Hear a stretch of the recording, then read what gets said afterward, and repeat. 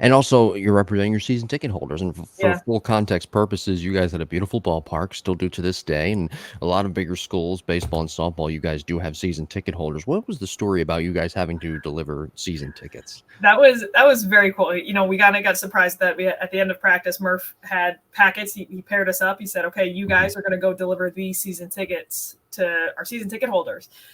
And I got to go with Jackie Trano one year, who is Hmm.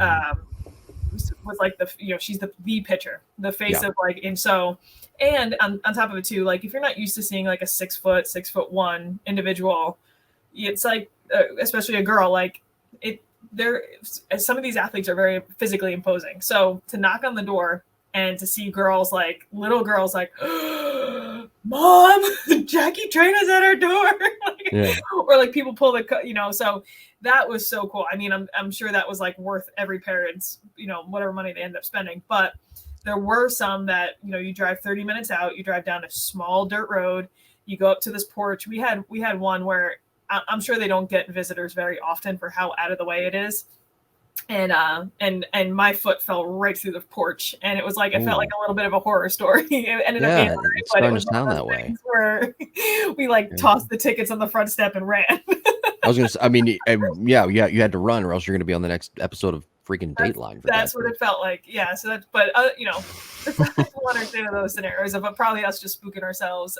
It was an enjoyable experience, but there were some funny. We'd come back and meet at the at the clubhouse and talk about some of the funnier stories that we did get, or it's funny to see like older. We had a big older population of fans, so to see Hmm. like little old ladies, and the other thing of this too is legally at the time we couldn't accept anything. Like if they wanted to give us, even if they wanted to like give us a gift for coming or like invite us in to have food, like we weren't allowed to accept that. So we had little old ladies or little like that just wanted to like make us food and give us something, and we had to say no to that. But it was, so we always had good stories that came out of doing that. I thought that was a very neat touch that our coaches did for us. Yeah, that's a great story you just mentioned because I just thought of how you and I both grew up in the Northeast, and for me, in Philadelphia, everything was Eagles, Eagles, Eagles from September. Well, really from all, unless depending on how the Phillies were doing, from September until you know January, whatever.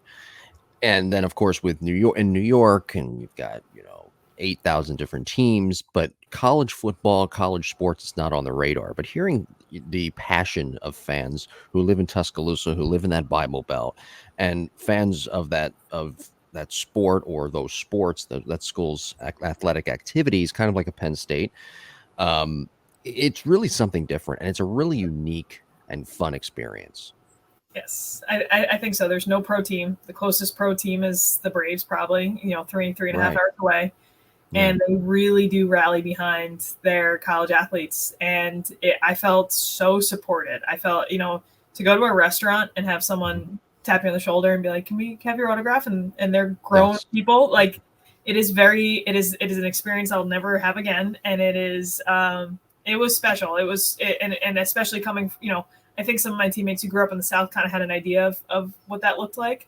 Mhm. But yeah, it was a good shock. It was a good culture shock to see how much they loved us and supported us and all that. So that was very neat.